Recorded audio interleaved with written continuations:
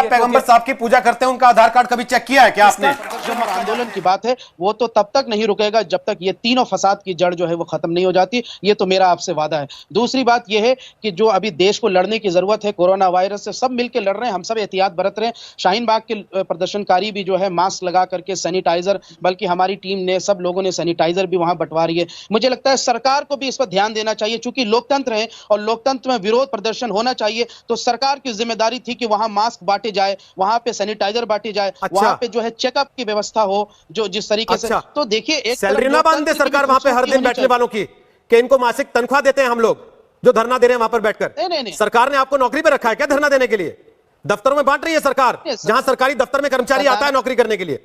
लेकिन आप अगर धरने पर बैठेंगे तो यह भी उम्मीद करेंगे कि आपको फिर पेंशन भी बांध दी जाए और जीवन बीमा भी करवा दिया जाए साथ में। तनख्वाह क्यों बदल रहे हैं? वो तो मानते हैं, वो मानते कह रहे हैं, खुल के कह रहे हैं कि हम मानते हैं लुटेरा। हुकूमत उनकी, उन्होंने मान लिया। मैं आपसे पूछ रहा हूं मौलाना साहब, क्या आप बाबर को लुटेरा मानते हैं, आक्रमणकारी मानते हैं? मैं तो इतना जानता हूं, मोहम्मद बिन कासिम को लुटेरा मानते हैं, आक्रमणकारी मानते हैं? आप सबको अगर शामिल करेंगे, औरंगजेब को लुटेरा मानते हैं, आक्रमणकारी मानते हैं? औरंगजेब को लुटेरा डंके की चोट पे आप नहीं मानते ना? नहीं मानता औरंगजेब, आप नहीं मानते ना? नहीं मानता औरंगजेब, नहीं मानते ना? नहीं मानता। बस यही समस्या की जड़ है। नहीं मानता लुटेरा। अब मैं नहीं सवाल मानता यह है कि जब इस गया। देश के टीवी चैनल पर बैठकर एक मुस्लिम संगठन पहली के बात नेता, तो औरंगजेब की तारीफ पढ़ना चाहिए, जो लोग गद्दार कह रहे हैं। आप पढ़िए ना, हम पढ़ चुके हैं, आप तब हम पढ़िए, कह रहे हैं डंके की आप चोट पे। पढ़िए, कोई दिक्कत नहीं है। पढ़ चुके हैं। जिसने इस देश के लोगों को सड़कों पे कटवा दिया, आप उसकी तारीफ करना चाहते हैं? उनकी गुलामी कर रहे थे और शर्म नहीं आती आपको उसके बाद बैठ के कहते हुए बात? शर्म, डंके की चोट पे कलौंजा ठोक के कहता हूं कि औरंगजेब का फॉलोवर हूं मैं। बिल्कुल रहिए, डंके की चोट पे कहता हूं। बिल्कुल रहिए, क्या बात करते हैं? बिल्कुल रहिए और रहूंगा, बिल्कुल इसी रहिए, भारत में रहूंगा, बिल्कुल रहिए मौलाना साहब। आप औरंगजेब के नहीं, मोहम्मद कि जिनकी आप पैगंबर साहब की पूजा करते हैं उनका आधार कार्ड कभी चेक किया है क्या आपने,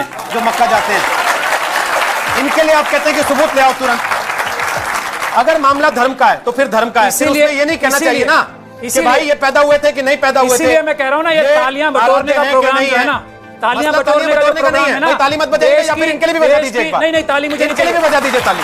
आपको अगर ताली से कहते हैं, आपके लिए ताली बजवा देता हूं मैं। मुझे पता है आपके इशारे पे तालियां बजती हैं और नहीं बजती, मुझे पता है। आप इनका भी अपमान कर लीजिए, यानी कि मेरी बात सुनिए, मुझे पता है आपके इशारे पे इत्तेफाक न रखे आप उसका अपमान कर देंगे। आप मेरी बात तो सुनिए, मैं अपमान और मान की बात ही नहीं कर रहा हूँ। अपमान तो है ना, इसलिए सवाल उठा। क्यों अपमान है? आप अगर कहां कहेंगे तो सवाल उठेगा। कहाँ अपमान किया, किसने किया? आप अगर कहेंगे कि ये कहानी कविता की किताब है तो अपमान है। मैं आपको आप अगर कहेंगे कि करोड़ों लोगों के आराध्य थे, वो तो केवल एक आप मेरे किताब के किरदार थे, तो अपमान है। इस समय बात होनी थी मौजूदा परिदृश्य में, वर्तमान दौर में, कल आने वाले शनिवार रविवार में अयोध्या में इतनी भीड़ क्यों जुटाई जा रही है। लेकिन आपने कहा बाबर ने अखंड भारत बनाया था। सर मेरी तो अगला बाबर ने नहीं कहा। सर मेरी तो अगला सवाल पूछने की हिम्मत नहीं हो रही, कहीं मैं कोई भूगोल का सवाल पूछ दूं, आप कहते हैं कि धरती गोल नहीं चपती है।